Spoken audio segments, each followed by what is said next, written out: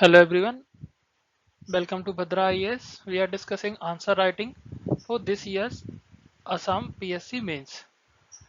My name is Akaspati Goswami. I have cleared UPSC mains 5 times and I've appeared for 5 interviews. I've also cleared a CAPF exam and served in CRPF for 2 years. So I have decent exposure of all the phases of UPSC. So basically, answer writing development takes a lot of time.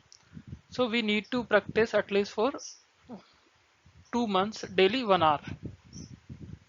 By this daily practice of 1 hour, we'll develop this skill and then we practice intensively answer writing through previous year question papers of APSC or UPSC. It depends upon the exam.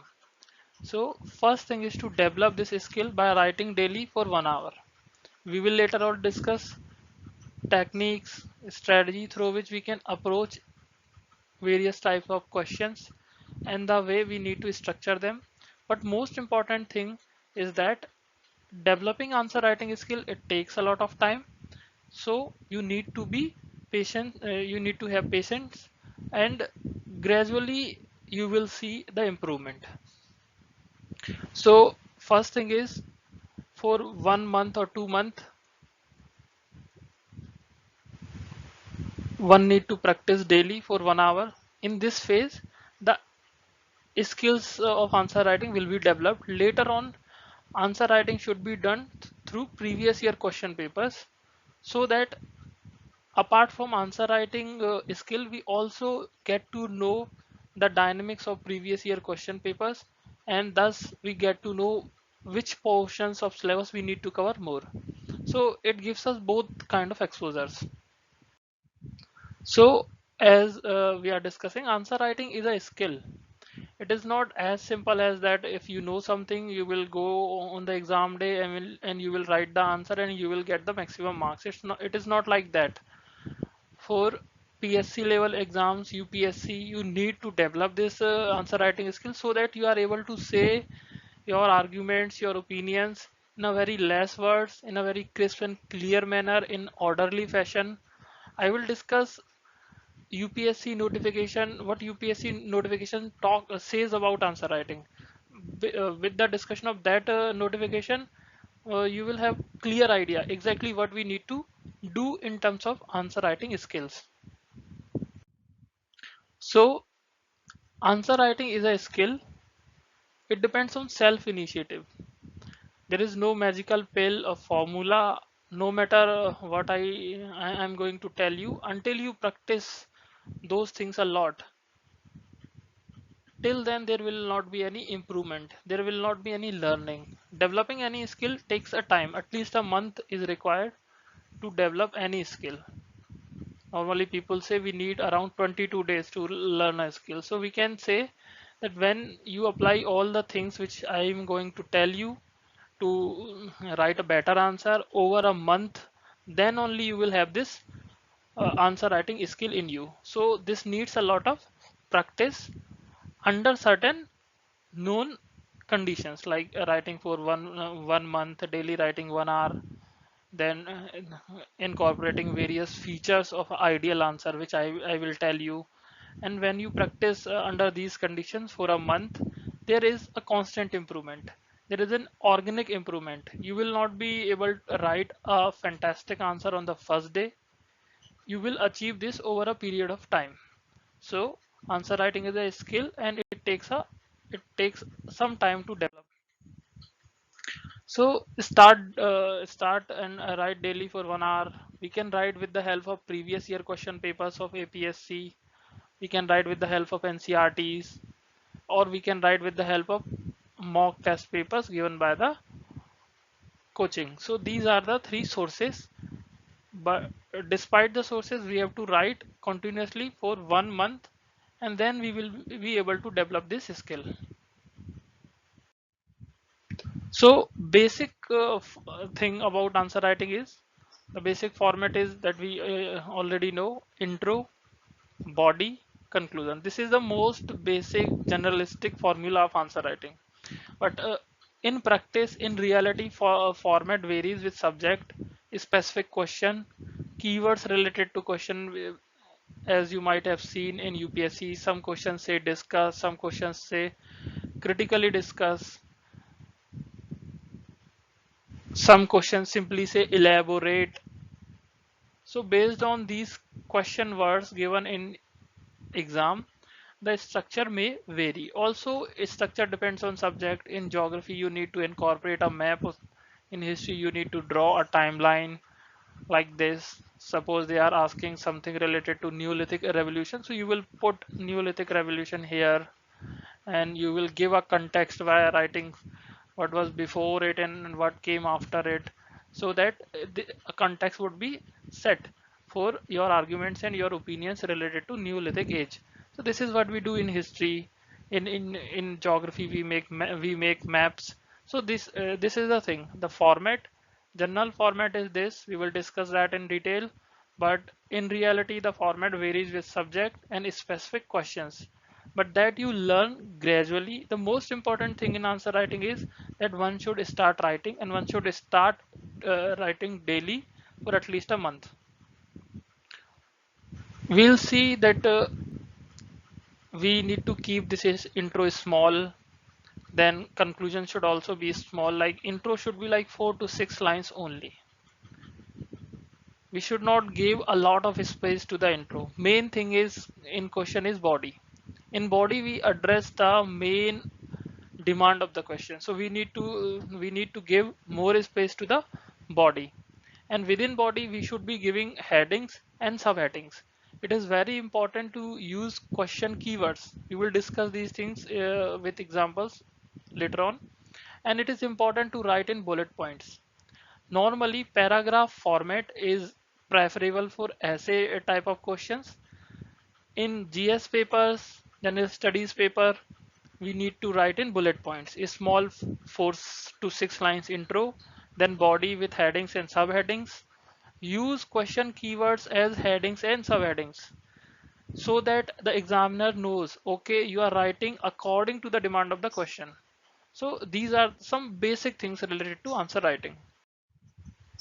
So as I told you, the intro should be small, like 4 to 6 lines. So here you can see this copy of a topper of this year's topper only, rank 5 2020 of UPSC exam. The same principles apply for APSC or any written mains exam. So here we can see the intro is small, around we have here 5 lines in intro. So intro should be small. We can see here also something related to urban forest, and the intro is very minimal. People normally they waste a lot of time in writing elaborate introductions. They even waste one whole page on intros. No, we should be writing very clear, crisp, and short intros. Ideal thing is 4 to 6 lines only, because intro they are sort of a start. They will not give us maximum marks. Intro and conclusion they together around 20% of the space and the value and the marks.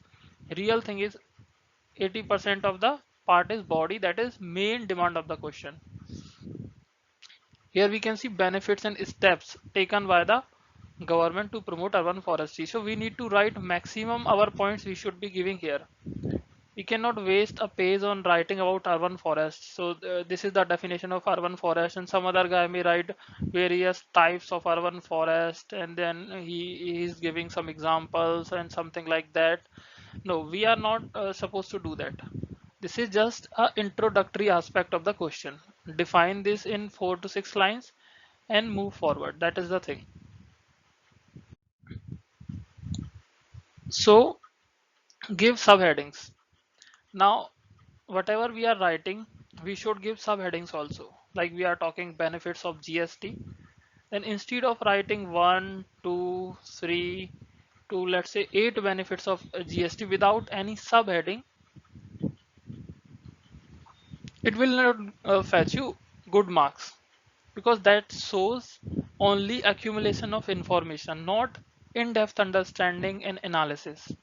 So instead what you should do, if you are writing benefits of GST, you write GST benefits for government, 3 points, for individual or consumers, 3 4 points, and for businesses. So this shows a better level of clarity and understanding, that you are able to categorize your points of related to advantages or benefits of GST for various sections like government, individuals, and businesses. So if you will write like this, all your 8 points will have enhanced value. You will get much more marks when you give such subheadings. Instead, if you write all the 8 points in one go without any specific heading, so you are writing first two benefits for government, then for individual, then fourth benefit for business, then again some benefit for individual, like that. So this is not a orderly fashion. When you are making some argument, opinions in mains exam, in written exam, your ability to express your understanding is under scan. So you need to be conscious about this. So you need to give subheadings. So this is the thing. Subheadings show clarity, level of understanding. Instead of writing 10 points in a single heading, write points under various subheadings as we discussed. So there are two ways to write type 1. You suppose the question is related to how to stop violence against women. So you write 10 points under the simple heading measures to stop violence against women. And there is second way, measures to stop violence against women. Then you give a subheading social measures, and then you write 2 points. Then you write political measures, 2 points, legal measures, 2 points, 3 points, administrative measures, 3 points. So this is way, in this way, with the help of subheadings, the level of clarity and understanding is showed, that you know in a better way which are the social measures which I can take, which are the political measures, which are the legal measures, which are the administrative measures. So this shows better understanding, better clarity, and better expression in the written format, and that is required in a bureaucrat. So always give subheadings. Here is the example.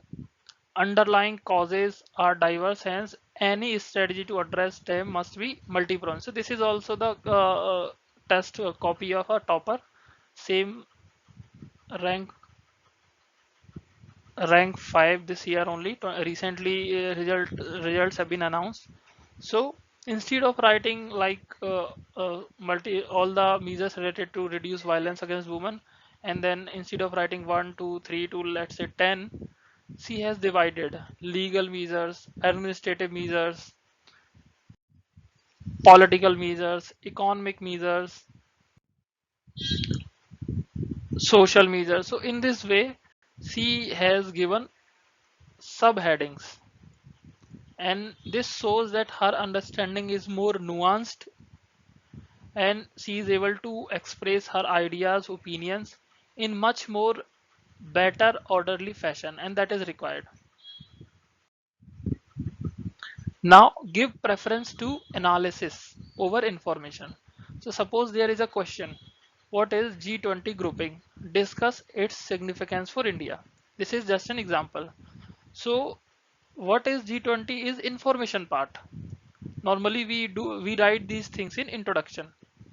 So you just need to give only 20% weightage to this part, because this is information. In any mains exam, information is not being tested because it has already been tested in prelims level. So at mains level, analysis, depth of understanding, those things matter. So what people do, they write a lot. G20 is advanced economy, developing countries group. It was formed then, and then there, and these, so these are the countries member of this grouping. They make map also, and they show all those things. If we have 2 pages, people waste 1 page on just writing about G20, but that is not important part.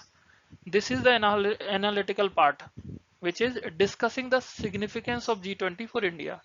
So here we need to write more. So just 4 to 6 lines for defining G20, and rest of the space and time we should be giving to the analysis, that what is the significance of G20 for India.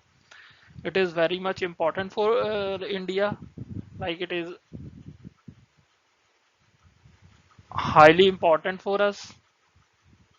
So you will write some points, then you will write only marginally important. So you will write some point like that. You can subcategorize and you can make your points. You can write your points. So always give preference to analysis over information, because mains level written exam is only for analysis, not for information. Information has already been tested in prelims level. So here you can see use of question keywords by the topper. You can see the intro, very short, no wastage of space, because intro is not that important. You just need to enter into the question. And then she has used the question keywords. Whenever you are writing the answer, always use question keywords as it is in your headings. It shows to the examiner that you are writing according to the demand of the question, and that gives a good impression. If you are using question keywords and then you are writing your points, that shows on the level of on the first level of observation that yes, the student is following the demand of the question. Here also you can see the whole line has been used by the topper, rank 5. The question is, Quit India movement marked a new direction in struggle against the British colonial rule. So you can see the format always 4 to 6 line for intro, not more than that. Then using the question keywords as heading and then making your points. So this is the general format that one should follow for answer writing in at the mains level. Now this is the assessment angle. So these are the things, four things in most basic aspect of answer writing, that is conceptual understanding, socio-economic orientation, balance of opinion arguments, and differentiated content. So this is the first priority. You must have a clear-cut conceptual understanding of any topic on which you are writing. Otherwise, no matter how better you structure it, how better you present it, how innovatively you make flowcharts, diagrams, and maps and all that, you will not get good marks, because the most important thing is missing, conceptual understanding. So there are three important aspects. These are the most fundamental things: conceptual understanding. Then when you are writing in written test for public service, then you need to have a socio-economic orientation. That means you can write many benefits of artificial intelligence. For example, like we can use in space stations, some space program, some advanced project going on in particle physics. If you write such applications of artificial intelligence in public service exam, you will not get more marks. When you write that we can use artificial intelligence in eliminating manual scavenging, then you will get more marks. UPSC, APSC, they will like it, because the bureaucrat must have a socio-economic orientation. So this is the second most important thing. Then our opinion, they should be balanced. We should not take anything that goes against the law, that goes against the constitutional values, that goes against the secularism, all these things. You need to write in a very calm and balanced approach of mind, because that is required from a bureaucrat. Then we need to incorporate differentiated content, like when you are writing something related to agriculture, so you can quote Swaminathan committee report, or you can quote Ashok Dalwai committee report. So if you use these guys name and then you say something, then the legitimacy, then the authority increases. Also it shows that you whatever you are saying is based on some decent level of uh, research and study. So these are the most important aspects of answer writing. These are the most fundamental things. Then you need to structure things well. Intro, then body, then conclusion, and within body, first we'll write advantages, we will write benefits, then we will write challenges, and we if we are writing challenges, then we will give way forward also. So this is the structuring.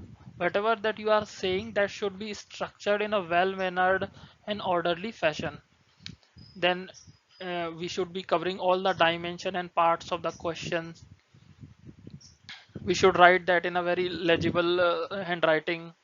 We should use flowcharts, diagrams, maps, timeline as per the demand of the subject. In economy, we can make uh, charts, we can make graphs in the economy.